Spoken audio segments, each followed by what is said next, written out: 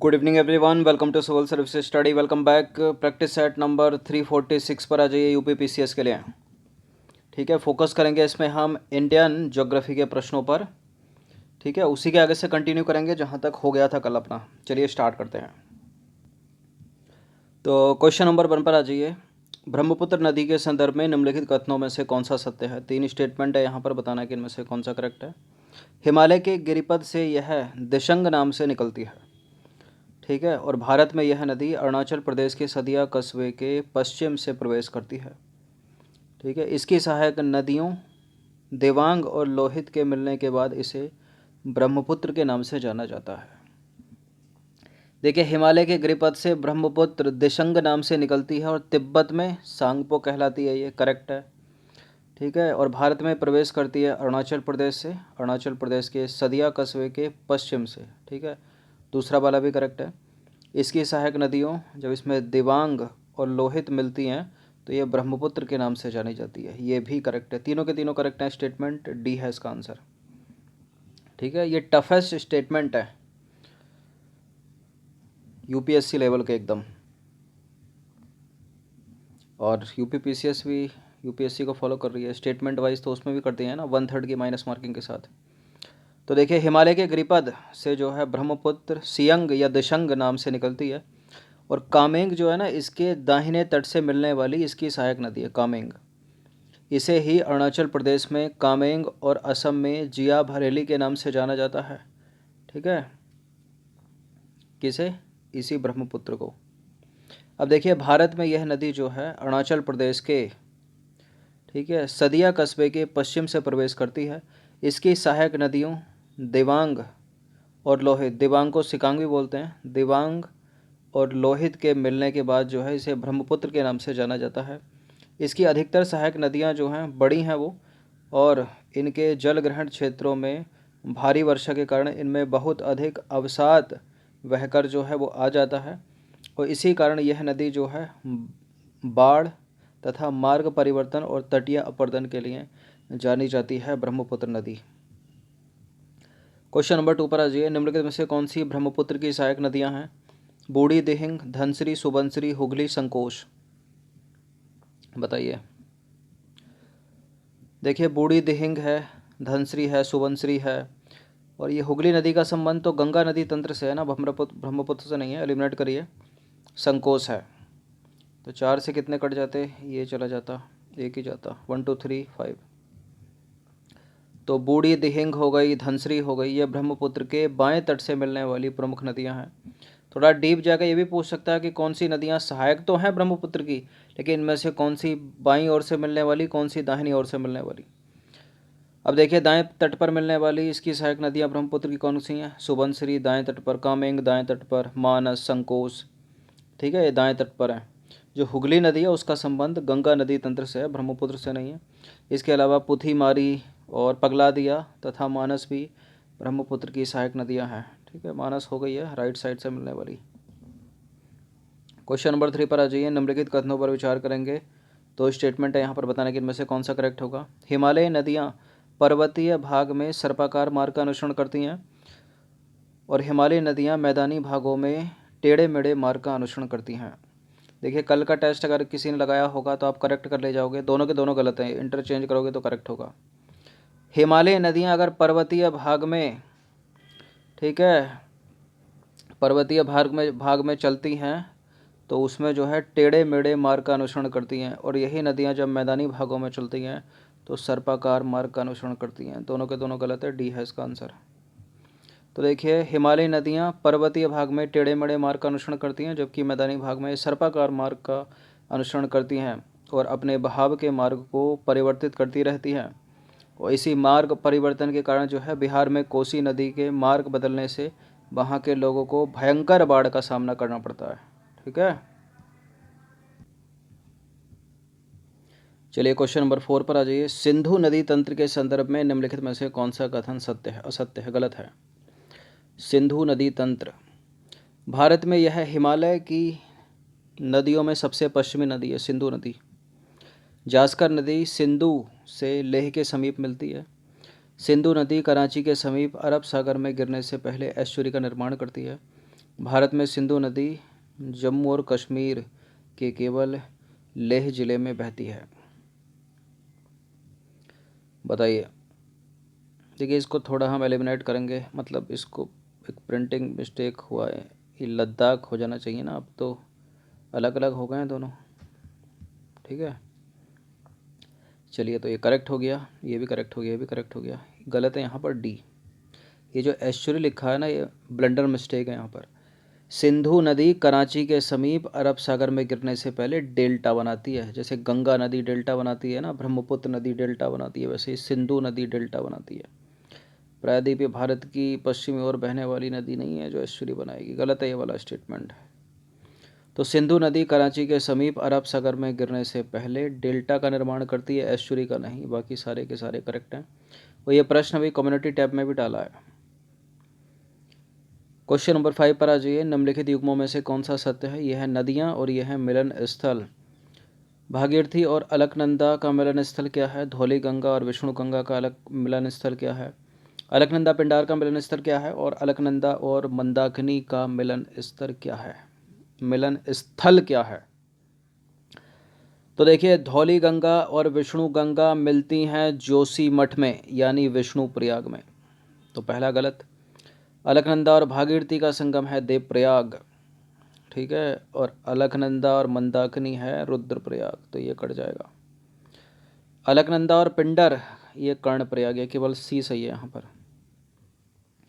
तो देखिए, गंगा नदी गंगोत्री गोमुख से निकलने से देवप्रयाग में जो है अलकनंदा में मिलती है, ठीक है। इसके बाद गंगा के नाम से जानी जाती है वो, ठीक है। गंगा नदी जब गंगोत्री गोमुख से निकलती है तो देवप्रयाग में अलकनंदा से मिलती है, और उसके बाद वो गंगा के नाम से आगे चलती है। अलकनंदा नदी जो है वो सतोपद हिमनद से निकलती है और धौली गंगा तथा विष्णु गंगा में मिलती है। जो विष्णु गंगा या जोशीमठ में जो है आपस में मिलती है। अब जो पिंडर है, पिंडर वो अलकनंदा की सहायक नदी है जो कर्णप्रयाग में अलकनंदा से मिलती है। फिर देखिए, एक मंदाकिनी या काली गंगा है, वो अलकनंदा की महत्वपूर्ण सहायक नदी है जो रुद्रप्रयाग में आकर अलकनंदा में मिलती है। मंदाकिनी या काली गंगा, ठीक है, अलकनंदा में मिलती है। तो अधिकतर क्या हो रहा है, अलकनंदा अलकनंदा सेम ही जा रहा है, ठीक है। बाकी दूसरी नदियाँ इसमें आकर मिल रही हैं और मिलन स्थल बदल रहे हैं, या यूँ कह लो कि मिलन स्थल अपनी जगह पर है, लेकिन अलकनंदा आगे बढ़ती जा रही है, बढ़ती जा रही है, उसमें दूसरी सहायक नदी मिलती जा रही है और मिलन स्थल जो है वो फेमस हो रहा है। जैसे कि कर्णप्रयाग हो गया, रुद्रप्रयाग हो गया, विष्णु प्रयाग या जोशीमठ हो गया, देवप्रयाग हो गया। क्वेश्चन नंबर 6 पर आ जाइए।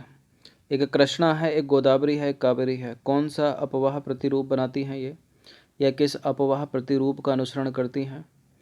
देखिए, प्रायद्वीप की नदियाँ बनाती हैं वृक्षाकार अपवाह प्रतिरूप, और जो हिमालय नदियाँ वो पूर्ववर्ती अपवाह प्रतिरूप बनाती हैं। तो बात करें वृक्षाकार अपवाह की, तो देखिए, एक असमान एवं वृक्ष की शाखाओं की भांति प्रतीत होता है ये। महानदी गोदावरी, कृष्णा, कावेरी जैसी नदियाँ इसके उदाहरण हैं वृक्षाकार अपवाह प्रतिरूप के। अब बात करते हैं हम पूर्ववर्ती अपवाह प्रतिरूप की। तो जब नदी ढलान का एक हिस्सा, ठीक है, और आसपास का क्षेत्र ऊपर उठता जाता है, साथ ही नदियाँ अपने ढाल के सहारे ही चलती हैं, तो ऊपर उठे हुए हिस्से को आरी की भांति काट देती हैं, जिससे गहरे गार्ज का निर्माण होता है।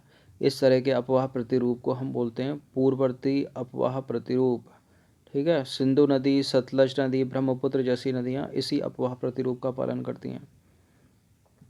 अब आरोपित अफवाह क्या है? जब कोई नदी अपने आरंभिक ढलान के सहारे किसी चर्म चट्टान से चलती हुई किसी कठोर आधारित चट्टान पर पहुंचती है, तो ऐसा प्रतीत होता है कि कठोर आधारीय चट्टान से इसका कोई संबंध नहीं है, और इस प्रकार के अफवाह को आरोपित अफवाह तंत्र कहा जाता है। दामोदर हो गई, स्वर्ण रेखा हो गई, चंबल हो गई, वो इसके उदाहरण है आरोपित अफवाह के। क्वेश्चन नंबर 7 पर आ जाइए। निम्नलिखित में से कौन सी नदियाँ पश्चिम की ओर बहती हैं? बताइए, पश्चिम वाहिनी नदियाँ कौन कौन सी हैं इनमें? ये है पश्चिम वाहिनी नदियाँ, कौन कौन सी हैं ये, यानी अरब सागर में गिरेंगी। माही पश्चिम वाहिनी नदी अरब सागर में गिरेगी। साबरमती पश्चिम वाहिनी नदी अरब सागर में गिरेगी। कावेरी पूर्व वाहिनी है और ये इसकी सहायक नदी है काबिनी, तो ये भी पूर्व वाहिनी हो गई। तो 1 और 3 इसका आंसर हो जाएगा। 2 को एलिमिनेट कर दीजिए, शायद उससे आप पूरा आंसर निकल जाता, कावेरी आपको पता होता तो माही साबरमती गुजरात में पश्चिम दिशा में बहती हुई अरब सागर में मिल जाती हैं। इसके अतिरिक्त नर्मदा, तापी, सिंधु, लूनी, पंबा, भरतपूजा, पेरियार, ये सारी की सारी पश्चिम वाहिनी नदियां हैं। कावेरी जो है प्रायद्वीप भारत की महत्वपूर्ण नदी है। भवानी एवं काबिनी कावेरी की ही सहायक नदियां हैं जो पूर्व वाहिनी हैं। क्वेश्चन नंबर 8 पर आ जाइए। निम्नलिखित कथनों पर विचार करेंगे। 3 स्टेटमेंट है यहाँ पर, बताना कि इनमें से कौन सा करेक्ट होगा। उज्जैन जो है ना, उज्जैन वो शिप्रा नदी के पूर्वी तट पर अवस्थित है। पूर्वी तट पर है, पश्चिमी तट पर है? पूर्वी तट पर, यह करेक्ट है।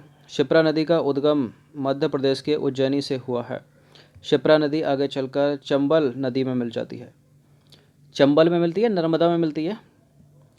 चंबल में मिलती है। तीनों के तीनों एग्जैक्ट करेक्ट हैं, इसलिए इसका आंसर हम लगाएंगे ऑप्शन नंबर डी, 1 2 3, ये उपरोक्त सभी। तो उज्जैन जो है शिप्रा नदी के पूर्वी तट पर अवस्थित है। शिप्रा नदी जो है उसका उद्गम है मध्य प्रदेश के उज्जैनी से, जो आगे चलकर मालवा पठार के उत्तर में बहती हुई चंबल नदी में मिल जाती है। अब जरा कमेंट करिए तो चंबल किसकी सहायक नदी है, बताइए कमेंट। क्वेश्चन नंबर 9 पर आ जाइए। निम्नलिखित कथनों पर विचार करेंगे। 3 स्टेटमेंट के साथ बताइए कौन सा सम्मिलित है।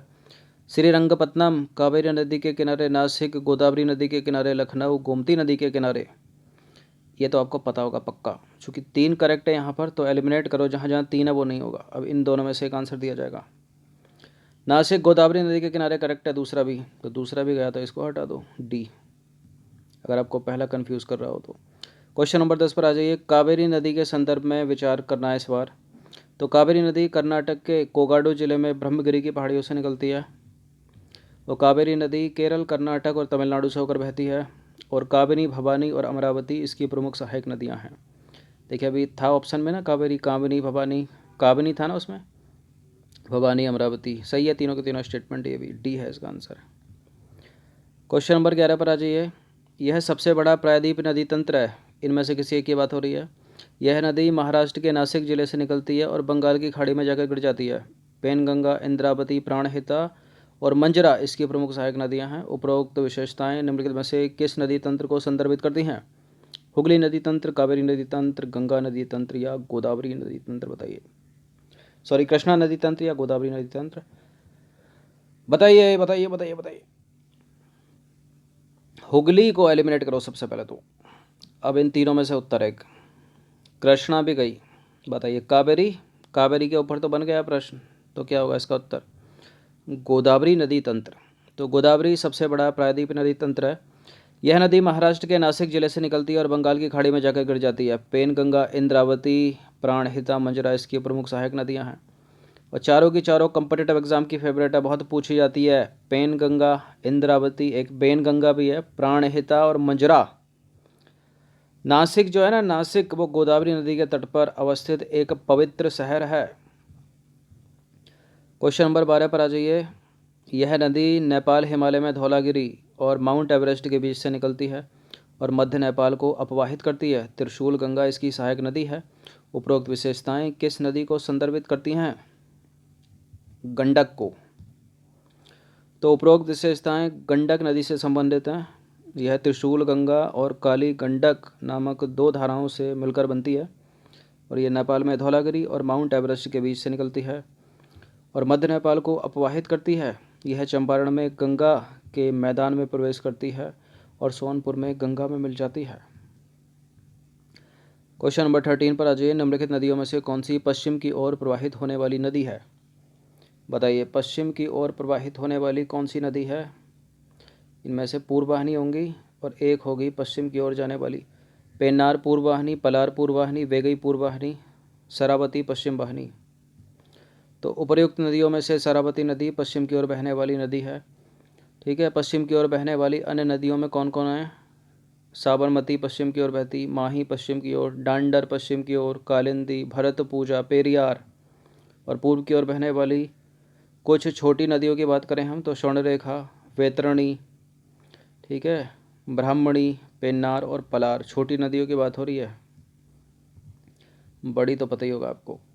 क्वेश्चन नंबर 14 पर आ जाइए। निम्नलिखित में से किस नदी का जल ग्रहण क्षेत्र सर्वाधिक है वर्ग किलोमीटर में? बताइए। पेन्नार, स्वर्णरेखा, वैतरणी, पलार, इन छोटी नदियों में सर्वाधिक जल ग्रहण क्षेत्र किसका है?